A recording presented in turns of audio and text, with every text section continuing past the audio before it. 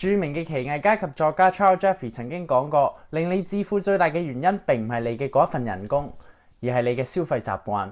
我哋久唔久就會聽到啲路人甲月餅贏咗一張巨額嘅獎券啊，六合彩有幾百萬、幾千萬嘅身家，但係到最後佢哋都變得一敗塗地。點解會咁樣嘅呢？係咪因為佢哋贏嘅錢唔夠多呢？梗係唔係啦。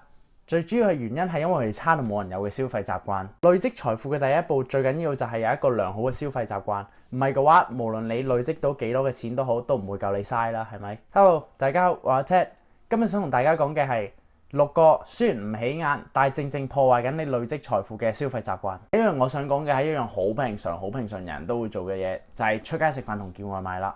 有統計指出啦，有90%人喺美國都唔中意煮飯嘅，咁好正常啫。人人翻工咁攰，係咪？邊有咁多時間煮飯啫？翻工都係為2餐啫。但問題就嚟啦，如果你翻工翻5日，而你每一日都每一餐都會出去食一次晏晝，每餐為10蚊嘅話，一個星期會係50蚊，一個月為200蚊。聽落好似冇乜嘢咁，但係你乘翻去1年啊，你就會用咗超過2500蚊，就淨係用喺食一餐晏裏面。要未計你有啲特別場合，好似你朋友生日啊，或者啲姨媽姑姐聚會啊，啲 kick卡嘅事呢，呢筆數就真係好金計啦。有人喺美國做咗個研究，佢哋統計咗大部分美國嘅年輕人啊，都會用咗大概2000蚊到4000蚊，每一年都淨係用喺出街食飯上面。當我哋食每一餐嘅時候，好似好方便咁樣，但係累加起上嚟嘅話呢，就簡直係濫殺緊你個銀包啊！最緊要就係有一個計劃，譬如你大部分時間都喺屋企煮，而某部分好似有啲特別場合你先出去食嘅話呢，對你個銀包負荷就梗係冇咁大啦。而第二我想講嘅呢，就係有啲人用信用卡嘅時候，淨係還一個最低嘅還款額，淨係還一個最低還款額有咩問題呢？雖然感覺好似好方便啊，又唔會影響你嘅信譽評級，同一時間又唔使俾罰款咁樣，但問題就嚟啦。由於你淨係俾一個最低還款額，你唔係全數還清，裡面嘅嗰筆錢嘅利息都仲係累積緊嘅。如果你有睇我複息利搭利嗰段片嘅話，你就會知道複息利搭利同埋時間係你累積財富最好嘅朋友，但係同一時間亦都係雙刀刃，因為如果用喺債務嘅時候呢，分分鐘可以令你破產都似嘅。當你金額越大嘅時候，而你遲遲未還錢嘅話呢，嗰啲利息就會累積得越嚟越多。最好嘅解決方法就係你每次買嘢嘅時候，你都要諗清楚你有冇辦法一次過還清呢筆錢呢？如果冇嘅話，你要分期先還到，最好就唔好買啦。買之前一定要諗過，冇諗過就千祈唔好買。而第3，相信大家估都唔估唔到，就係一杯 Starbucks 嘅咖啡啦。咁一杯咖啡有咩咁特別呢？講明先，唔係針對 Starbucks。我識一啲朋友，佢哋每一日都可能要去 Starbucks 啊或者 Tim Horton 買一杯咖啡。咁一杯咖啡嘅錢可能大概為2到3蚊左右啦。咁你一個星期就可能用咗21蚊，就淨係用喺咖啡上面。而一個月啊，就可能用咗大概90蚊。聽到都好似冇乜嘢咁，但係去到1年嘅時候呢，你就基本上係用咗接近1000蚊，就淨係用喺咖啡錢上面啦。買咖啡嘅時候感覺都好似好微不足道，但係累積起上嚟嘅話，其實係一個好昂貴嘅消費。如果你冇咖啡係真係生存唔到嘅話，最好嘅方法就梗係去超級市場買一啲平啲嘅咖啡粉啦。因為如果你每一日飲1至2杯嘅話，嗰啲咖啡都可以夠你飲2個月左右，成本更加係低至2毫子到4毫子，睇你買咩牌子啦。當你諗下2毫子到4毫子同埋3蚊咁大嘅分別嘅時候，你就會覺得究竟嗰杯 Starbucks Dark Roast 值唔值得呢個價錢呢？第4呢一點係想同比較後生嘅人講嘅，可能大概30歲之前啦，就係喺你後生嘅時候，盡量要避免一啲昂貴嘅物品，一啲奢侈品。譬如你想買車嘅時候，盡量唔好買一啲好高檔嘅車啊，雖然感覺好光鮮。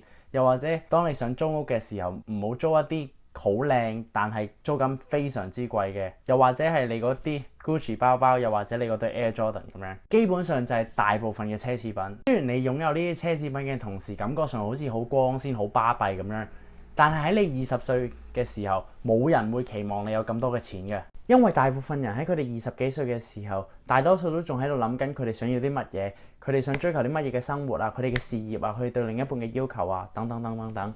如果你能夠將放落奢侈品嘅錢放落去投資或者儲蓄嘅話，長遠嚟講一定比你一時嘅光鮮更加有幫助。住得窮一啲慳一啲，有陣時好似好肉酸咁樣，因為成日計埋晒啲芝麻綠豆嘅嘢。但係喺你20幾歲嘅時候，即使你瞓喺朋友嘅 sofa，或者你同父母一齊住，你俾好平嘅租都好，係冇乜所謂嘅，因為冇人期望你有咁多錢噶嘛。但係到你40幾歲嘅時候，如果你都仲係做緊同一樣嘅嘢嘅話，就感覺上好似唔知點咁啦。而第五我想講嘅就係遲遲都唔投資啦。有睇過複式利搭利嗰段片嘅朋友就會知道，累積財富最好嘅朋友就係時間同埋利搭利。假設陳仔依家20歲，而佢用嘅錢去投資為100蚊，年利率為7%，咁大部分嘅退休年齡係65歲，即係佢有45年嘅時間俾呢筆錢去滾。咁佢每個月放100蚊嘅時候，45年之後呢筆錢將會變成為35萬。但係同一時間，如果陳仔等5年嘅話先去投資，佢同一時間用100蚊去投資嘅話，年利率亦都係7%。喺40年之後到佢65歲嘅話，呢筆錢只會變成為25萬。當你發現哇爭過5年爭成10萬蚊，你就會知道提早投資嘅重要性係有幾大啦。早開始投資就越多時間去俾複式利搭利，將呢筆錢滾落去。如果你依家對投資一竅不通嘅話，最好嘅方法就梗係踏出第一步，學習投資。而第六呢點咧都可以話幾重要嘅，就係使錢冇預算，或者你完全唔知你用嘅錢去咗邊度。當你認真記低每一啲錢去咗邊度嘅時候，你會知道有邊啲錢係你固定嘅使費，有邊一啲錢係你唔應該用但你用咗，有邊一啲錢係你可以放落儲蓄嘅呢？當你知道晒呢啲細眉細眼嘅芝麻綠豆數之後，你就可以將呢啲唔應該使嘅錢嘅費用降到低一啲，然之後將呢啲錢儲起佢，或者放落家用啊，又或者投資啊，等等等等等。雖然我咁樣同大家講，但係都係近呢幾個月我先開始認真記低自己嘅錢去咗邊嘅。因為我以前成日都覺得自己好慳，因為我去邊度嘅時候，樣樣我都會計個價，買餸我都會計個價，都會覺得自己好似好慳咁樣。但係當我認真睇起每一盤數嘅時候，就會發現有啲2蚊啊、3蚊啊、4蚊啊嘅數加起上嚟，嗰啲錢都真係好襟計嘅。依家諗翻起，如果可以將嗰筆錢儲翻起嘅話，咁就好啦。不過依家先醒覺，我估都未遲嘅。認真想 check 住自己數去咗邊嘅話，咁最好就梗係揾本簿記低啦。如果冇簿喺身，咪用電話去 track 住先咯。今日講咗好多阿媽係女人嘅嘢，但係有好多時好多人就係忽略咗一啲好細眉細眼嘅錢，大至信用卡數，小至一啲芝麻綠豆嘅嘢，去阻撓咗佢哋建立財富嘅第一步。6點就係我認為喺你建立財富嘅同時，一定要注重嘅使錢習慣。投資係好重要，但喺投資嘅同時，一個良好嘅消費習慣，正正就係你建立財富嘅基礎。希望呢段片可以幫到大家喺理財嘅世界裏面又行進咗一小步啦。如果大家中意呢條片嘅話，一定要記住 COS， 唔係黐線，係 comment、like and subscribe。多謝。